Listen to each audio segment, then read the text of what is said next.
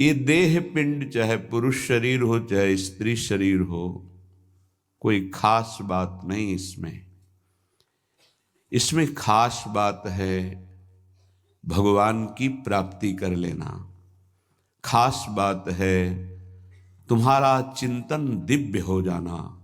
खास बात है इस शरीर से सबकी सेवा बन जाए, माता पिता भाई बंधु परिवार समाज राष्ट्र धर्म भगवान सबकी सेवा बन जाए, तो ये शरीर सार्थक हुआ। नहीं क्या मांस का पिंड है, रक्त संचरित नस नाड़ियां हड्डी त्वचा, और इसमें जो डालो मलमूत्र बन गया। जितने द्वार हैं उनका सबको परिचय है ही है। कौन से सुख के लिए परस्पर शरीर में आकर्षण होता है? सच्चिदानंद सुख की लालसा वाला शारीरिक सुख के भोग में यदि अनेक जीवन व्यतीत करने के बाद ये भी जीवन व्यतीत कर दिया तो हाथ क्या लगेगा? इतना जीवन व्यतीत कर दिया, क्या हाथ लगा? बहुत विवेक विचार की जरूरत है। धर्मयुक्त काम भगवान ने अपना स्वरूप बताया है सृष्टि संचालन के लिए। यदि विवाह पाणी ग्रहण संस्कार करके संतानोत्पत्ति के लिए विधान किया गया है तो वो धर्मयुक्त काम है, व्यभिचार वहां भी नहीं, धर्मयुक्त काम।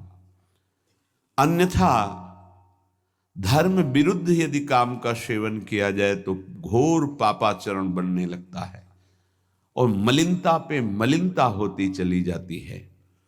स्त्री रूपा मेध्य पिंडे मुंह रमृत धिया। हमारी बुद्धि इतनी मलिन हो गई है कि मलमूत्र के द्वार को अमृत पान का स्वरूप समझते हैं। कितनी निकृष्ट बुद्धि है। इन शरीरों पे है क्या? ऊपर के द्वार देखो, आंख से कीचड़ निकले, नाक से कितनी खखार के थूको, वमन करके देखो। नीचे के द्वार तो दुर्गंध युक्त मलमूत्र के ही हैं। किन भोगों में तुम अमृत पान करना चाहते हो? स्त्री रूपा मेध्य पिंडे मुहुः रमृत धिया नित्य लोलुभ्यमानम। नित्य तुम लुभायमान हो रहे हो कि अगर ये शरीर भोगने को मिल जाए, ये शरीर मिल जाए तो हमारा जीवन धन्य हो जाए। नित्य लोलुभ्यमानम है क्या? थोड़ा विवेक से विचार करके देखो। धर्मयुक्त संतानोत्पत्ति के लिए भगवान ने आदेश किया है। मनमुखी चाल चल करके मनोरंजन करने के लिए ये नहीं बना हुआ है। फंसते चले जाओगे, अमृत की लालसा से मृत होते चले जाओगे। तुम्हारे विचार मृत, तुम्हारे आचरण मृत, तुम्हारा शरीर मृत, तुम्हारी चेष्टा मृत, क्योंकि मृत लोक में हो। इसका नाम मृत्यु लोक है और खोज रहे हो अमृत। चक्षुर्न क्षुद्र जीवैरपि विहितो। ये नेत्र मिथ्या रूप में लुभायमान हो रहे हैं।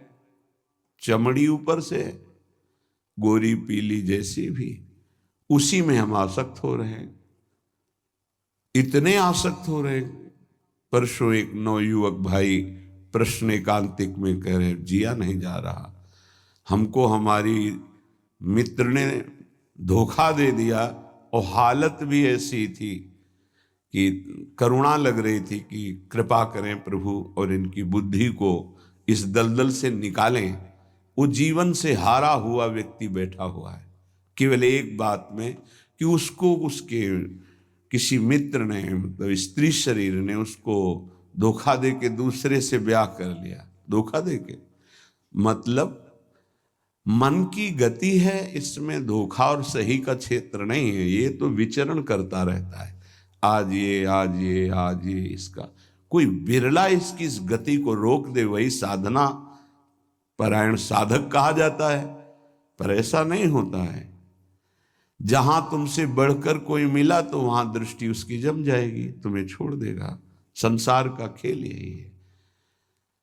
तुम्हारा प्यार अगर सही ठिकाने पे पहुंच जाए तो सार्थक हो जाए। वो प्यार मूर्ति प्रेम की खिलौना दो खेलत हैं प्रेम खेल प्रियालाल, इनसे प्रेम हो जाए तो निहाल हो जाओगे। पर इनसे प्रेम करने के लिए कठिनता है। पहले सर्वत्र से राग हटावे तो इनसे प्रेम होता है, अन्यथा नहीं। सर्वत्र की ममता बटोर कर इनके चरणों में तब प्रेम होता है। बोले नेत्र दूषित हो गए बस यही देखते हुए। यही दुर्दशा है जीव की। सामने भगवान हैं चराचर जगत के हृदय में, उनको कोई नहीं देखना चाहता, और बाहरी केवल चमड़े को देख करके हम आकर्षित हो रहे हैं। ये चमड़ी ज्यादा दिन नहीं टिकेगी, जिसकी तुम देख रहे हो उसकी और तुम्हारी भी, ये नष्ट होने वाली है। इन्हीं को शासन में साधक रखता है। नेत्रेंद्री हम जहां चाहें वहीं जाएगी, अन्यथा नहीं जाएगी। अभ्यास कीजिए नाम जप के द्वारा। ऐसे थोड़ी कि बात कर रहे हो किसी संत से भगवत चर्चा और तुम्हारी दृष्टि जा रही बार बार, और इतनी हिम्मत तुम्हारी कि भगवत भाव के वातावरण में तुम्हारी अशुद्ध वृत्ति उधर देखने की कोशिश कर रही। क्या देख रहे हो? चुप हो, एकदम शांत। चक्षुर्न क्षुद्र जीवैरपि विहित मृषा मानना अत्यंत मग्नाहा। ये क्षुद्र जीव समझ नहीं पा रहे कि नेत्र किसके लिए मिले हैं। ये नेत्र मिले भगवत साक्षात्कार के लिए। ये विचार करो 5 मिनट आंख बंद करके, अगर ऐसे ही तुम्हारी आंखें छीन ली जाएं तो सोचो कैसा तुम्हारा जीवन होगा। जिन आंखों से तुम गंदी बातें कर रहे हो, गंदी बातें देख रहे हो, यही आंखें भगवान छीन लेते तुम्हारी, तो क्या तुम्हारा जीवन होता। आज तुम्हें भगवान ने आंख दी है, तुम इससे धर्म का दर्शन करो, सब में भगवत दर्शन करो, श्री विग्रह के दर्शन करो, संत दर्शन करो, नेत्र पावन करो। नेत्रों को दूषित कर लिया और मिथ्या देह सम्मान को तुमने सुख मान लिया। 4 लोग नमस्कार किए तो तुम अपने को श्रेष्ठ समझ लिए। किंचन मात्र भी कोई श्रेष्ठ नहीं है। ये पंचभूत शरीर सबके उसी सामग्री से बने हुए हैं। अंदर जो जीव अंश है भगवान का बिल्कुल बराबर है। अब जो सम्मान और अपमान होता है गुण और अवगुण का होता है, और गुण और अवगुण दोनों मायाकृत है। सुनो तात मायाकृत गुण और दोष अनेक, ये दोनों मायाकृत है। तो तुम किसका सम्मान? माया का। किसका अपमान? माया का। तुम तो मान और अपमान दोनों से परे हो। अगर कोई तुम्हें प्रणाम कर रहा है तो तुमको उसकी श्रद्धा को प्रणाम करना है। तुम खास थोड़ी हो गए कि वो तुम्हें साष्टांग प्रणाम कर रहा है तो तुम महान हो गए। महान वो है जो साष्टांग प्रणाम कर रहा है, उसकी श्रद्धा प्रबल है। नहीं, क्यों? कोई अंतर नहीं। जो इस देह में पंचभूत वही उस देह में पंचभूत, जो इसमें परमात्मा का अंश वो उसमें परमात्मा का अंश, उसकी श्रद्धा बड़ी है इसलिए वो आपकी तरफ प्रणाम कर रहा है। बोले बहुत बुरा हो गया। मिथ्या मृषा मानना अत्यंत मग्नाः। मैं झूठ मूठ अपने को बड़ा मानकर सम्मान प्राप्त करने की लालसा, सम्मान स्वीकार कर लिया तो हृदय अपवित्र हो गया। बड़ा मन है, फंसाता रहता है, वो मकड़ी की जाल की तरह। फंसने वाला नहीं जानता है। संत सदगुरुदेव शास्त्र इनके सूत्रों को जब स्वीकार करे तो पता चलता है मैं फंस रहा हूं या मुक्त हो रहा हूं। श्रीपाद कह रहे हैं कि देखो, जनेन्द्री ने फंसा दिया काम भोग में, नेत्रेंद्री ने फंसा दिया रूप में। सच्ची अगर सावधान न रहे तो ऐसे ऐसे फंसाव हैं कि जीवन ही नष्ट हो जाता है, पूरा जीवन। और उसको लाख समझा रहे थे, कुछ समझ में नहीं आ रहा था। बस वो ये समझ रहा था कोई आशीर्वाद मिल जाए, जादू टोना मिल जाए कि वो जो हमारी मित्र है वो वापस हमको मिल जाए वापस। बस उसको इतना ही लक्ष्य था। और हम ज्ञान विज्ञान वर्णन कर रहे थे, वो सुन बैठा था केवल, क्योंकि समझ में आता है ना आप हमारी बात पकड़ रहे हो कि नहीं पकड़ रहे। नेत्रेंद्री ने रूपों में फंसा दिया। हृदय मलिन हो गया सम्मान प्राप्त करने की लालसा से। और कह रहे जिभ्या मिष्टान्न निष्ठा विरमति न मनाग्वित सग्रंथनुचितम।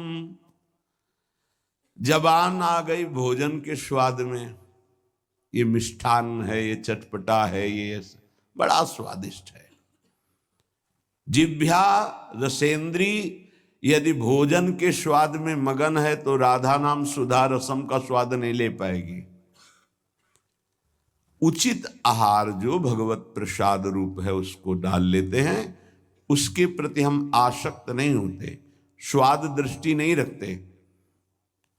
पूर्व के संत भगवान के दर्शन होते थे, खप्पर रखते थे नारियल का, नारायण नारायण, दाल खीर रोटी जो भी मिला खप्पर में डाला मिलाया।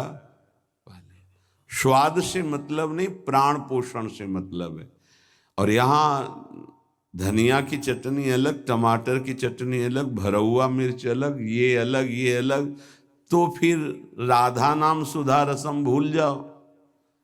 ये 2 अंगुल की जबान है, बस इतने में सारा खेल है। यहाँ से नीचे उतरने पर कोई स्वाद नहीं है, भाई इतने में घुमाने का स्वाद है, और अच्छे अच्छे इसी में फंस जाते हैं।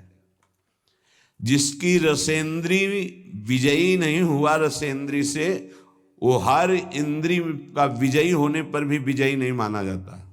रसेंद्री विजयी जनेन्द्री विजयी जरूर होगा, और रसेंद्री जनेन्द्री विजयी संपूर्ण इंद्रियों का विजेता माना जाता है। धैर्यवान उसे ही कहते हैं जो 2 इंद्रियों को काबू में कर ले, रसेंद्री और जनेन्द्री। रसेंद्री मिष्टान्न आदि भोग पकवान पाने के लिए लोलुप जीवन हो गया, पेट बढ़ करके छाती से 1 बीता ऊंचा हो गया है, उठने बैठने में दिक्कत होती है, पर पाने के समय और कितना अधिक पाया जा सके, ये स्वाद वो स्वाद वो स्वाद कितना पाओगे, मर जाओगे पाते पाते, फिर भी तृप्ति नहीं होगी। बहुत विचित्र वासना है, बहुत विचित्र वासना है। चित्त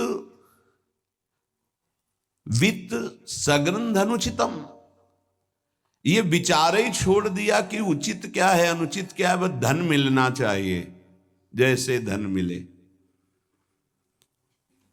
सच्ची बात, आज चरित्र भगवत धर्म मर्यादा इसका महत्व धीरे धीरे समाज से हटता जा रहा है। धन का